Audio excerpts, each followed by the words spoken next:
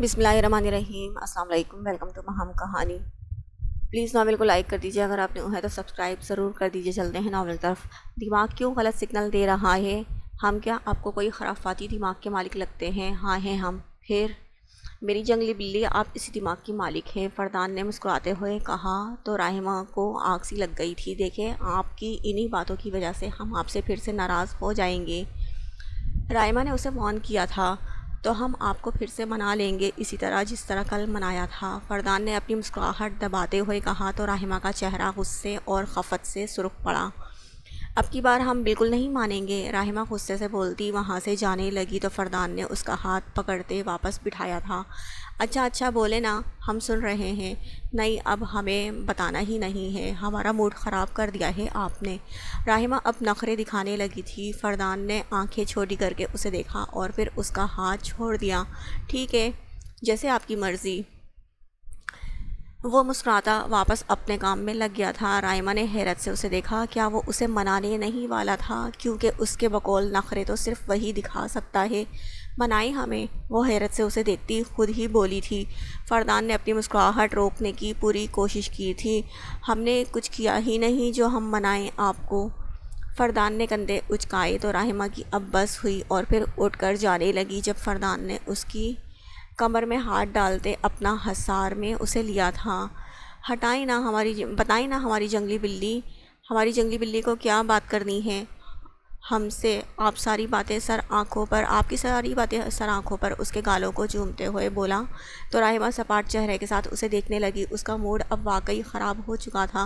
کچھ نہیں، اس نے بجھے دل اور بجھے چہرے سے کہا تو فردان کو برا لگا۔ ویسے میں نے آپ کے لیے ایک سرپرائز پلان کیا ہے۔ اس کی بات سنتے راہمہ کی آنکھیں چمکی تھیں۔ ہم کشمیر جا رہے ہیں ہنی مون پر۔ وہ اس کے گال پر اپنی ناک رب کرتا ہوا بولا تھا۔ جب اس کی بات پر راہمہ اس کے حصار سے نکلتے ایکسائٹڈ ہوتے دیکھنے لگی اسے۔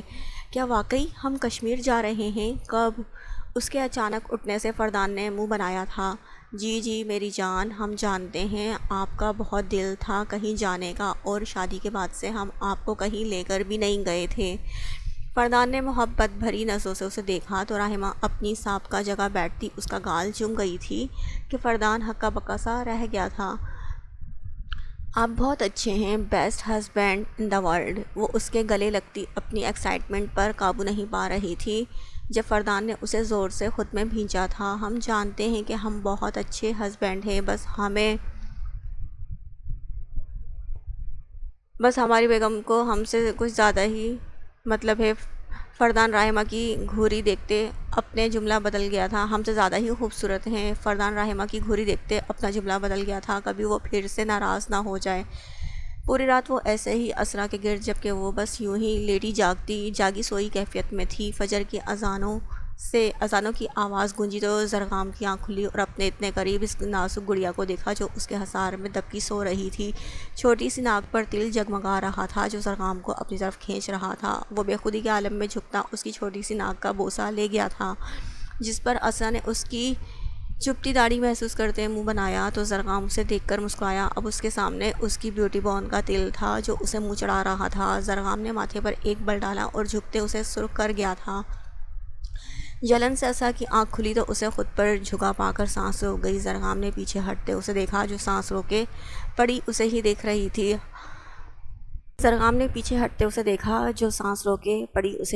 تھی۔ باربی ڈول، ایک دن اسی وجہ سے تم اس دنیا فانی سے کوچ کر جاؤ گی، سانس لے لو۔ اس کی بات سنتے اسرا دھیمی دھیمی سانس لینے لگی جو زرغام کو اپنے چہرے پر محسوس ہو رہی تھی۔ وہ اس کے کان کے قریب جھکتے وہاں اپنے لب رکھتے وہیں ٹھہر گیا۔ میری زندگی کی وحشتوں میں واحد سکون ہو تم، وہ آنکھیں بند کیے سرگوشی نما آواز میں کہتے اسرا خانزادہ کو ساکھ کر گیا تھا جبکہ وہ خود آنکھیں بند کیے بے خود سا ہو رہا تھا۔ رات کے اس پہر جب باہوں میں نازک وجود ہو اور سب سے بڑھ کر محرم ہو تو زرغام خانزادہ کیسے ہوش میں رہتا، جبکہ اسرا تو اس جملے کے بعد سے ساکھ و جامد پڑی تھی۔ جب زرغام مزید اس پر جھکتا کہ اسرا ہڑبڑاتی ہوئی اس کے سینے پر ہاتھ رکھ گئی۔ فجر ہو گئی ہے، نماز پڑھ لیں۔ اس کی بات پر سینے پر دھرے اس کے ہاتھ دیکھتے زرغام ہوش میں آتے اٹھ بیٹھا اور ادھر ادھر دیکھتے خود کو کمپوز کرنے لگا تھا۔ جب اسرا اس کے اٹھتے سینے پر ہاتھ رکھتی لمبے لمبے سانس بھرنے لگی تھی۔ دل پسلیاں توڑتے باہر آنے کو تھا، جبکہ ماتھے پر پسینہ جگمگا رہا تھا۔ زرغام کھڑا ہوتے وضو کرتے مسجد کے لیے روانہ ہو گیا تھا، جبکہ وہ بھی خود کو سنبھالتی اٹھ کھڑی ہوئی۔ نماز پڑھتے ہی اسے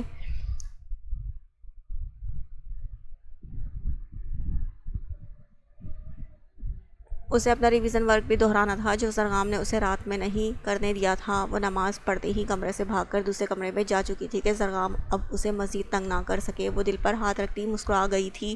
اب کہاں توجہ دے پاتی کتابوں پر۔ کبیر اٹھتے ہی میٹنگ کے لیے روانہ ہو چکا تھا۔ نرمین کو داد جان، نازو بیگم اور باقی سب کی یاد آنے لگی تھی تو انہیں کال ملائی۔ کیسی ہے ہماری بیٹی؟ داد جان اس کی کال دیکھتے خوش ہو گئے تھے۔ ہم ٹھیک ہیں داد جان، آپ کیسے ہیں؟ نرمین نم آواز میں بولی۔ پہلی بار ان سب سے دور آئی تھی، اس کا دل عجیب ہونے لگا تھا۔ ہم بھی ٹھیک ہیں بیٹا، بس آپ کو اور کبیر کو بہت یاد کر رہے ہیں۔ ہم بھی آپ کو بہت یاد کر رہے ہیں داد جان، نرمین نے کہا تو داد جان ہولے سے مسکرائے۔ نرمین بیٹا آپ خوش تو ہیں نا کبیر کے ساتھ؟ داد جان نے کسی خدشے کے تحت پوچھا تھا کہ نرمین مسکرائی ان کی فکر پر۔ جی داد جان ہم بہت خوش ہیں، بہت بہت۔ آپ ہماری فکر مت کیا کریں، ایک شہزادے کے ہاتھ میں دیا ہے آپ نے ہمارا ہاتھ، کبھی وہ ہمیں غم نہیں دیں گے۔ نرمین کبیر کا ذکر کرتے رشک سے بولی تھی کہ اس کی باتوں سے داد جان کے دل کو بے حد خوشی ہوئی۔ وہ سکون میں آ گئے تھے۔ اب ان کے کمرے میں داخل ہوتے ہوئے شاز اور فاز نے انہیں نرمین سے بات کرتے سنا تو بھاگے ہوئے ان کے قریب پہنچے۔ داد جان آپ آپوں سے بات کر رہے ہیں نا، ہماری بھی بات کروائیں۔ وہ ایکسائٹڈ ہوتے ہوئے بولے تھے کہ نرمین ان کی بے صبری پر دور بیٹھی مسکرائی اور داد جان نے ان کے ہاتھ میں فون دے دیا تھا۔ السلام علیکم آپو، کیسی ہیں آپ؟ کیسے ہیں آپ؟ کبیر لالا کیسے ہیں؟ ہم ٹھیک ہیں اور آپ کے لالا بھی بالکل ٹھیک ہیں۔ آپ دونوں کیسے ہیں؟ ہم بھی ٹھیک ہیں آپو۔ آپ ہمارے لیے وہ سب لے آئیں گی نا جس کی ہم نے لسٹ تیار کر کے دی تھی آپ کو؟ جی جی ہم لے آئیں گے سب، آپ فکر مت کریں، نرمین نے انہیں تسلی دی تھی۔ آپ گھومنے گئی تھی، وہاں کیسا ہے وہ ملک؟ فاز کچھ زیادہ ہی ایکسائٹڈ ہو رہا تھا نرمین سے بات کرتے ہوئے۔ نہیں ابھی کل تو ہم آئے ہیں یہاں، ابھی خان آ جائیں اس کے بعد ہم جائیں گے۔ اس کی بات سنتے فاز اور شاز ایکسائٹڈ ہونے لگے۔ راحمہ کیسی ہیں؟ اور آپ لوگوں کی اسرا سے بات ہوئی، وہ کیسی ہیں؟ راحمہ آپ کی تو آج فردان لالا کے ساتھ روانہ ہو گئی ہیں کشمیر، کتنے مزے ہیں ان کے اور آپ کے۔ اور اسرا آپ بھی ٹھیک ہوں گی، وہ فون ہی نہیں کرتی، نہ ملنے آتی ہیں، اتنی یاد آتی ہے ان کی۔ شاز پہلے تو حسرت اور پھر اداسی سے بولا تو نرمین خاموش ہوئی۔ راحمہ کے لیے وہ خوش تھی، جبکہ اسرا کے لیے اس کا دل نہیں مان رہا تھا کچھ صحیح ہے۔ چلے ٹھیک ہے ہم انہیں کال کر لیں گے، آپ لوگ اپنا خیال رکھیے گا۔ وہ فون رکھتی اپنی سوچوں میں گم ہو گئی تھی۔ ذہن کی ساری ڈوریاں اسرا سے جڑی تھیں۔ وہ اس کی بہنوں کی طرح تھی، بچپن سے اس کے ساتھ رہی تھی اور جانے انجانے میں وہ اسرا کے ساتھ ناانصافی کر گئی تھی۔ اس کا دل اچانک بھر آیا تھا یہ سوچتے، وہ ایک بار تسلی کرنا چاہتی تھی۔ اسرا سے بات کرتے پورا دن اس کے متعلق سوچتے پریشانی کے سنگ اس نے گزار دیا تھا کہ اچانک دروازہ کھلنے اور بند ہونے کی آواز آئی۔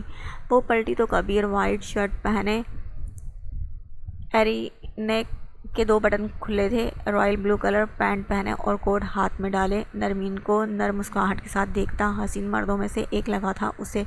کیسی ہیں کینم؟ مسکرا کر وہ اسے باہوں میں لیتا سکون اپنے اندر انڈیلتا محسوس کر رہا تھا۔ ہم ٹھیک ہے، آپ کا دن کیسا گزرا؟ تھکے ہوئے لگ رہے ہیں کافی۔ نرمین نے اس کے کالر کو ٹھیک کرتے مسکرا کر پوچھا تو کبیر نے جانثار نظروں سے اسے دیکھا تھا۔ تمہیں دیکھ کر ساری تھکاوٹ اتر جاتی ہے میری زندگی، اور تمہیں باہوں میں لے کر بے حد سکون جسم و جاں میں اترتا ہے۔ اچھا آپ جائیں فریش ہو جائیں، ہم آپ کے لیے کھانا لگا دیتے ہیں، بھوک لگی ہوگی نا؟ وہ اس سے پوچھ کم بتا زیادہ رہی تھی کہ کبیر نے اس کی آنکھوں میں دیکھتے اس بات میں سر ہلاتے بھاری آواز میں کہا تھا، بھوک تو بہت زیادہ لگی ہے، تم اس بھوک کو مٹا سکتی ہو، تو کر لو جلدی سے اہتمام۔ کبیر کی آنکھوں میں عجیب سی تپش تھی، اس کے الفاظوں کے پیچھے چھپی معنی خیزی سمجھتے گھبراہٹ کے سنگ نظریں جھکاتے نرمین نے کسمسا کر دور ہونا چاہا۔ کبیر اس کا کسمسانا محسوس کرتے آسودہ مسکراہٹ کے ساتھ اسے اپنے حصار سے آزاد کرتا پلٹ کر اپنے کمرے میں چلا گیا۔ پیچھے نرمین اس کے رویے میں عجیب خالی پن محسوس کرتی کچن کی طرف چلی گئی تھی۔ اب اسے جلد سے جلد اپنی نئی زندگی کے بارے میں سوچنا تھا۔ وہ ایسے ہی سب کچھ صحیح اپنی وجہ سے خراب نہیں کر سکتی تھی۔ زرغام کمرے میں تھا تھکا ہارا۔ جب وہ لوٹا تو اسے اسرا کہیں نظر نہ آئی۔ ماتھے پر تیوری سجادہ وہ فریش ہونے کے خاطر واش روم میں جا بند ہوا۔ اسے آئے 1 گھنٹہ گزر چکا تھا لیکن وہ وہاں نہیں آئی۔ زرغام کا دماغ گھوما تھا۔ وہ نیچے آیا، پورا لاؤنج دیکھا لیکن وہ کہیں نہ تھی۔ اپنی ماں کے روم میں جھانکا تو وہ وہاں بیٹھی کوئی کہانیاں سنا رہی تھی جس پر وہ دونوں مل کر ٹھٹے مار رہی تھی کہ زرغام کو دیکھ کر خاموش ہوئی۔ ارے زر بیٹا آپ آ گئے، اسمارا بیگم نے بولا، لیکن وہ آنکھوں میں غصے کی تپش اور بے صبری لیے اسرا کو دیکھ رہا تھا جس نے اسے دیکھ تھوک نگلتے بمشکل مسکرانے کی کوشش کی تھی۔ جی مورے 1 گھنٹے سے آیا ہوا ہوں، روم میں تھا۔ وہ ایک نظر اسمارا بیگم کو دیکھتا دوبارہ اپنی نظروں کا رخ اس کی طرف کر گیا تھا جو نہ سمجھی کے تاثرات لیے بیٹھی تھی۔ ارے بیٹا آپ آج اتنی جلدی آ گئے تھے تو ملازمہ کو بھیج کر ہمیں بتا دیتے، ہم تو ساس بہو کافی دیر سے بیٹھے باتیں کر رہے تھے۔ آج اسرا کا امتحان تھا نا، تو تب سے آئی سو رہی تھی جیسے پوری رات پڑھ پڑھ کر گزار دی ہو اس نے، اسرا بیگم نے زرغام سے کہا تو وہ ایک آئی برو اٹھاتا اسرا کی طرف دیکھنے لگا۔ لیکن تم نے تو رات کافی اچھی نیند پوری کی تھی نا، تو پھر پورے دن نیند کیوں آ رہی تھی؟ چہرے پر سنجیدگی جبکہ آنکھوں میں شوخی ناچ رہی تھی۔ وہ پھپھو جانی ہمیشہ امتحان دینے کے بعد ہم ایسے ہی گھوڑے بیچ کر سوتے ہیں۔ جبراً مسکراتی وہ اسمارا بیگم کو دیکھتی بولی جبکہ خود پر نگاہوں کی تپش پر آسانی محسوس کر سکتی تھی۔ اچھا بیٹا آپ جائیں، زرغام کو کھانے کا پوچھیں اور آرام کریں۔ وہ اس کی باتوں پر مسکراتی کہنے لگی تو زرغام کمرے سے نکلتا اپنے روم میں چلا گیا جبکہ پیچھے اسرا پریشانی کے تاثرات سجائے کھانے کی ٹرے تیار کرنے لگی۔ اسے کل سے زرغام کی حرکات اور نظریں بہت بدلی سی لگ رہی تھیں جس کے باعث اس کا دل گھبرایا تھا اس کے پاس جانے سے۔ کھانا گرم کرتی وہ اوپر گئی تو زرغام ونڈو کے قریب کھڑا کال پر مصروف تھا۔ وہ کھانا رکھتی، وہ کتابیں اٹھاتی وہاں سے جانے کی تیاری میں تھی جب زرغام کی آواز نے اس کے قدم جکڑے۔ یہیں رکو۔ فون ابھی تک کان سے لگا تھا لیکن سنجیدہ سپاٹ نظریں اس کی پشت پر ٹکی تھیں۔ وہ وہیں کھڑی رہی لیکن پلٹی نہیں۔ زرغام الوداعی الفاظ ادا کرتا قریب آیا، ایک نظر کھانے کو دیکھتا وہ اس کے کان کے قریب جھکا۔ کل رات تمہیں نیند نہیں آئی؟ اس کی سانسوں کی دھیمی تپش آگ کی مانند اسرا کو محسوس ہو رہی تھی لیکن وہ ساکت و جامد کھڑی رہی۔ نہیں میں سو گئی تھی، بس وہ زیادہ نیند آ رہی ہے نا، آج کل تو میں پھر سو گئی تھی، وہ خود پر قابو پاتے بنا پلٹے بولی تھی۔ زرغام نے کمر کے گرد ہاتھ کا حصار بناتے اس کی پشت کو اپنے سینے سے جوڑا تو اسرا کی دھڑکنوں نے اسپیڈ پکڑی۔ جلدی سے فری ہو کر آؤ، میں بھی سکون کی نیند چاہتا ہوں۔ اسرا کے دھڑکتا دل اب پسلیاں توڑنے لگا تھا۔ کل رات کا منظر یاد کرتے چہرہ سرخ سے سرخ ہوتا جا رہا تھا کہ وہ اپنی بڑھتی دھڑکنوں کے زور سے تنگ آتے اس کے ہاتھ پر اپنا ہاتھ جمائے ہٹانے کی تگودو کرنے لگی۔ ہمیں پڑھنا ہے زر، کل بھی ہم صحیح سے پڑھ نہیں سکے تھے۔ وہ ہانپتی کانپتی آواز کے سنگ اپنا جملہ مکمل کرتی زرغام کے خون کو آگ کی تپش میں جلا رہی تھی۔ اس نے ہمراہ کے گرد حصار مضبوط کرتے جنونی انداز اپناتے اس کے کان پر لب رکھے تھے۔ کتنی مرتبہ کہا ہے زرغام خانزادہ کی بات سے انکار نہیں کیا کرو، مجھے مجبور مت کرو کہ میں تمہاری پڑھائی چھڑواتے تمہیں یہیں اس کمرے میں قید کر لوں۔ اس کی گہری بھاری تپش زدہ آواز اور مہکتی سانسوں کا احساس اسرا کے رونگٹے کھڑے کر گیا تھا۔ وہ گھبراہٹ کے سنگ کسمساتی گہری سانسیں بھرنے لگی جیسے سانس اب بند ہو رہا ہو۔ زرغام نے ایک جھٹکے میں اس کا رخ بدلتے اپنی طرف کیا تھا، بالا کے خوبرو چہرے پر سنجیدہ تاثرات تھے جبکہ اپنی گہری گفتگو کے سنگ وہ اسرا کی حالت خراب کر گیا تھا۔ میرے قریب آتے ہی تمہاری سانسیں بند ہونے لگتی ہیں اور دعوے تم اتنے ہی بڑے بڑے کرتی ہو جیسے محبت میں میرے قدموں میں اپنی جان رکھتی ہو۔ اس کی گہری سانسوں پر تمسخر اڑاتا اس کے کپکپاتے وجود اور گہری سانسوں پر چوٹ کر گیا تھا۔ وہ فی الحال تو تمہیں اجازت ہے، جتنی مرضی سکون کی نیندیں لینی ہے لے لو، لیکن جس دن زرغام خانزادہ کا میٹر گھوم گیا اور اس نے ٹھان لی، اس دن نہ تمہارے اس کپکپاتے وجود کی فکر کروں گا اور نہ ہی سانسوں کے بند ہونے کا۔ مجھے ڈر ہوگا جو میری قربت میں آخری گنتی گننے لگتی ہے۔ اس کی باتوں کے سبب اس کی گردن میں پہنی باریک سلور چین پر اسرا کی نظر ٹکی تھی، اور چہرہ اس کے لفظوں کے پیچھے چھپے معنی خیزی کو دیکھتے سرخ ہو رہا تھا۔ زرغام ایک سائڈ سے مسکراتا اسے آزاد کرتا کھانے کی طرف متوجہ ہوا تھا، جبکہ اسرا اس کے چھوڑتے ہی واش روم میں بند ہوئی، گہرے گہرے سانس بھرنے لگی تھی۔ یہ ڈریگن خانزادہ کو کیا ہو گیا ہے؟ یہ کیوں میری جان نکالنا چاہ رہے ہیں؟ اس سے اچھا تو یہ پہلے تھے جب منہ سے آگ نکالتے تھے، لیکن اب تو یہ میرا سانس لینا بھی مشکل کر رہے ہیں۔ روحانسی شکل بناتے اپنے دل کو قابو کرتی وہ خود ہی بڑبڑا رہی تھی، جس سے زرغام کا یہ انداز برداشت نہیں ہو رہا تھا، اور زرغام باہر بیٹھا اطمینان سے ایسے کھانے کی طرف متوجہ ہوا تھا جیسے اس نے کچھ کیا ہی نہ ہو۔ اسے اسمارہ کے نزدیک کچھ یاد نہیں تھا، نہ ہی یہ کہ وہ کبیر خانزادہ کی بہن ہے، اور نہ ہی یہ کہ وہ کسی اور سے محبت کا دعوے دار ہے۔ اسے صرف اتنا یاد تھا کہ اسرا اس کی محرم تھی، اس کے پاس تھی، اس کی وحشتوں کو خود میں چھپا لیتی تھی، اسے باہوں میں لے کر سکون مہیا کرتی تھی، اس کے اندر لگی آگ کو اپنے قرب سے بجھا دیتی تھی، اور اس سب میں ہر چیز بھولتا خود کو جانے انجانے میں اس کا عادی بنا رہا تھا، جو آگے جا کر اس پر کس حد تک اثر انداز ہوگا اور کس حد تک جان لیوا ہو جائے گا۔ اس سب سے پرے وہ اپنا سکون اس میں تلاش کرتا، اس میں مشغول ہو رہا تھا۔ دن تیزی سے گزر رہے تھے، پاکستان جانے میں بس 2 دن باقی تھے، اور کبیر بے انتہا مصروف ہو چکا تھا۔ ڈیل حاصل کرنے کے بعد اس نے پروجیکٹ پر تیاری شروع کر دی تھی، جس کی وجہ سے وہ اکثر گھر لیٹ آتا تھا، اور نرمین کو یہاں آ کر وہ